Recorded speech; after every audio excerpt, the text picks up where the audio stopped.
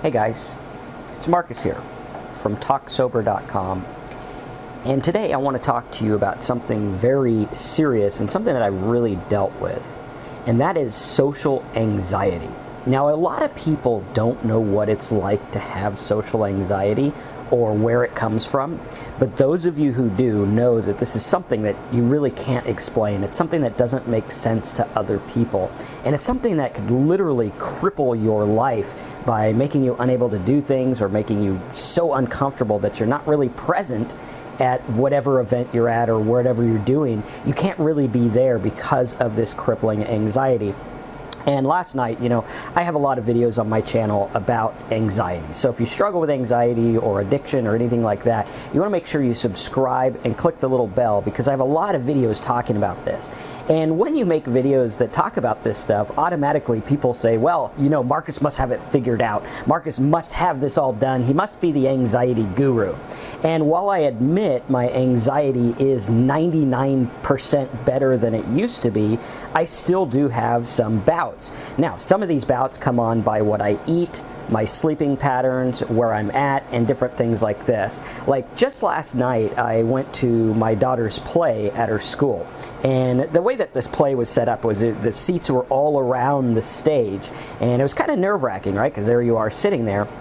And I went there, and I had already had anxiety because at lunchtime that day, I had to meet with an employee about a matter that I didn't know what was going to go on. I didn't know if she was going to come there and quit or tell me I was terrible or whatever it was, and I was really, really anxious. Now, when you have anxiety like this, it puts adrenaline into your body, and adrenaline can be a totally deadly toxin to your body if it's put there and it has nowhere to go.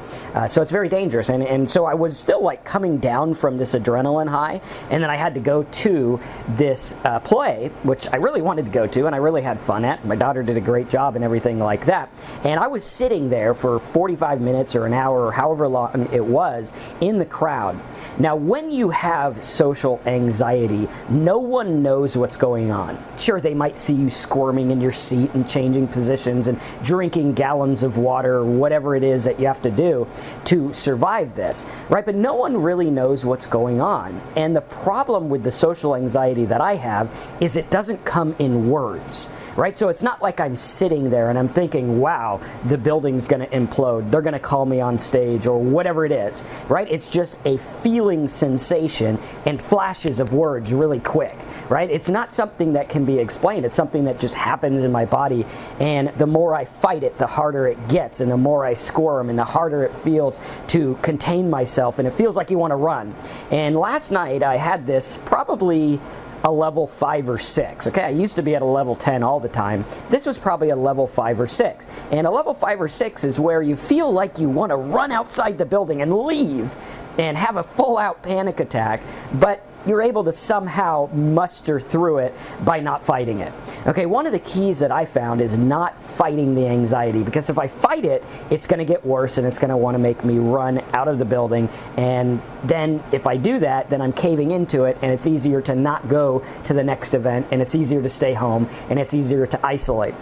This is what happened when I was drinking, right? My anxiety was so high that I didn't go to anything. I canceled school functions. I didn't do a lot of the things that I knew I needed to do or wanted to do, and it literally crippled me. I remember one time we went to Disneyland, which for me is very anxiety provoking. I have lots of trauma experience with Disneyland in the past, lots of things that were just terrible.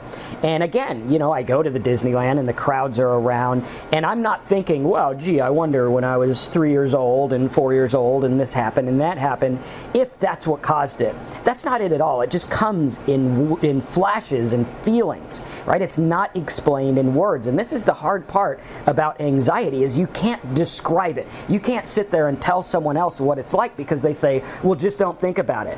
Well, I'm not thinking about anything because it starts as a feeling first. And the best thing to do is just plant your feet firmly on the ground, both feet. I know how hard it is to do that, suffering from this myself, and try to breathe deeply. And try to just let the thoughts be, whatever they are, right? And just relax. Now, a lot of times, as I said, things will provoke your anxiety. One of my commenters on YouTube had said to me, you know, Marcus, this really hits home. Speaking of my other video about anxiety and if it's a symptom of something bigger. Again, subscribe so you get these videos. I make these for you so that we can help each other out with this stuff and navigate this sea of life, right? It's difficult on your own. And so a lot of times this anxiety stems from other things, right? It could stem from trauma, like the Disneyland. It could stem from groups. Like for me, church is a very anxious place. My kids' school requires us to go to a church and, you know, take notes and stuff like that. Not that I'm religious anymore. I used to be a street preacher, which is funny because you'd be like, dude, you stood on a soapbox and told 300 people that you didn't even know in the middle of the road that they're going to hell, and you're anxious about sitting in church now? Yeah, I'm actually the kind of person that would feel more comfortable up there talking about the Bible in front of 300 people than sitting in the pew doing nothing, right? It's more anxious for me to sit there and do nothing because it's all about control. I need to control my environment. And so the church thing was very anxiety for me. And a lot of this stems from things like when I was about, I think I was 13 years old or 12 years old or 11 or something like that.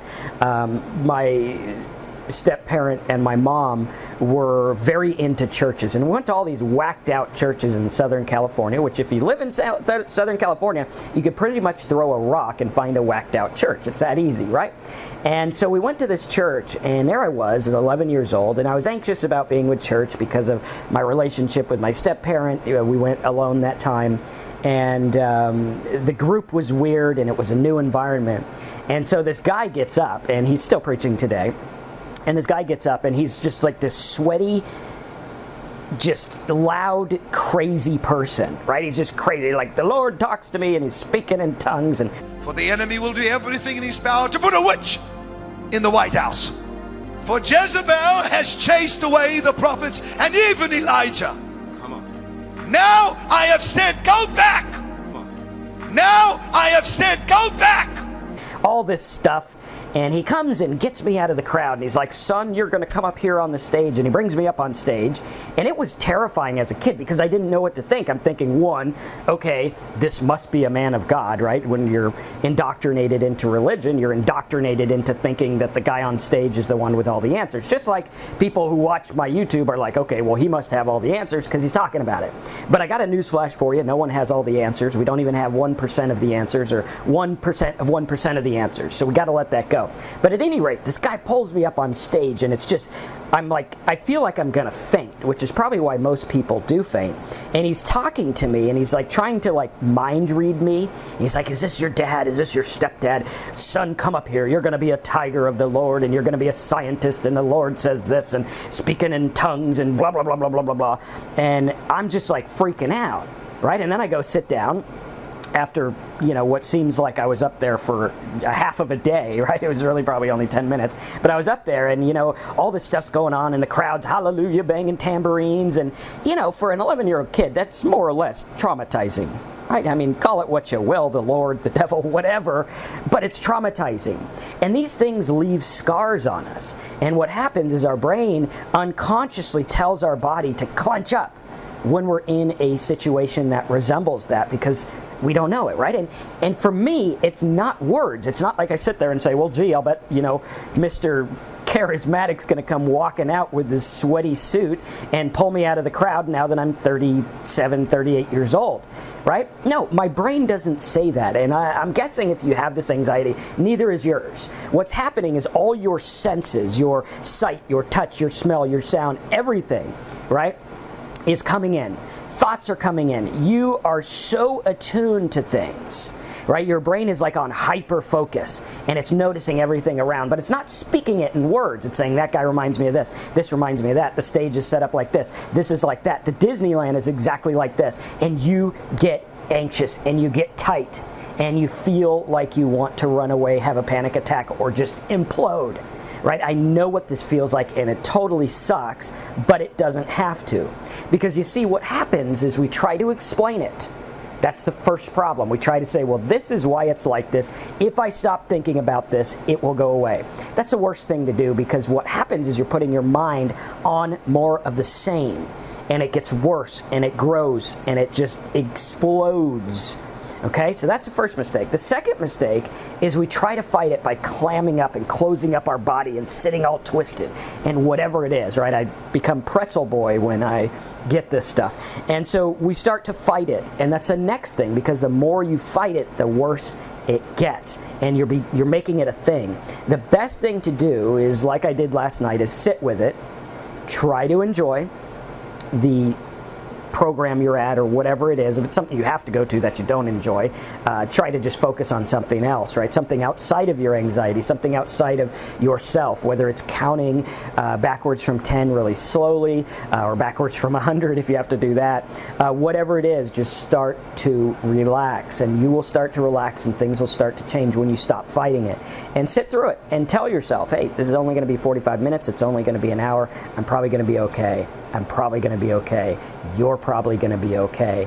And we want to start to get in tune with being where we are in the present moment, because anxiety is about future and it's about past. It's about what happened in the past, and it's about what you worry about is going to happen in the future. There's actually this really good part in this movie. It is Dangerous Beasts and Where to Find Them. It's like the sequel to the Harry Potters, which Harry Potter just freaking rocks, and my church used to say it was bad, which they suck for that because Harry Potter rocks, right? And this one, Dangerous Beasts and Where to Find Them, there's this like owl weird thing, this creature, right? And this creature like flips out because he could see the immediate unseen future, right? So this owl's there and he's like, okay, I see the snake up there, I see the marble there, I see the box here, and boom, he goes, snake's gonna come down, marble's gonna fall, box is gonna hit my head, I better run. That's how your anxiety works. You are trying to anticipate the unforeseeable immediate future. You're trying to anticipate what happens to protect yourself because you've been through trauma or whatever it is in the past, right? And these things happen, and they don't happen in words, it's just trying to learn it. And the best thing to do is say, we're gonna be okay right now. And I know you're going to be okay right now, and I hope this video helped you understand, and I hope this helps you understand that I'm a real person and I still deal with this stuff today. It doesn't happen as often as it used to. I am proud to say that I'm almost 3 years sober, and in the last 3 years I haven't had to drink away my anxiety. And in the last 3 years, I've had some of the worst anxiety I've ever had, especially going through rehab. That was 30 days of uncontrollable anxiety from the moment I wake to the moment I sleep, and even in my dreams. And this helped me understand that we can cope with this stuff and we do make it through. So my message to you today is, if you have social anxiety, you will make it through.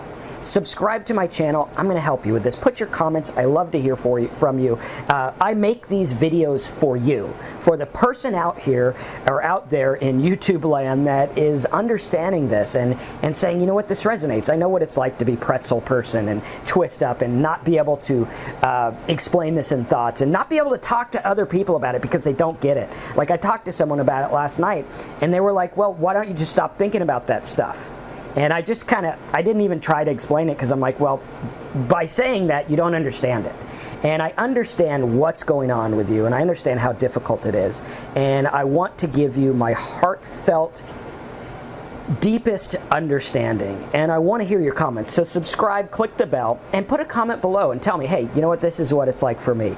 And let's talk about this. I'd like to thank you from me, Marcus, here at TalkSober.com. And I'd like to help you work through this. So thanks again for watching my video. I know there's tons of other stuff that you can watch, but you tuned into this, and you tuned into it for a reason. I don't believe that it was some accident, right? I believe it was some kind of reason, maybe because you were searching for it and you need help. So thanks again for watching. We do get better. We do make it through. One day at a time, 1 minute at a time, 1 second at a time. Calm, breathe, relax. You're going to be okay. Thanks again for watching. Subscribe and click the bell, and I look forward to hearing your comments. And let's get through this together. Thanks again. I'm Marcus from TalkSober.com.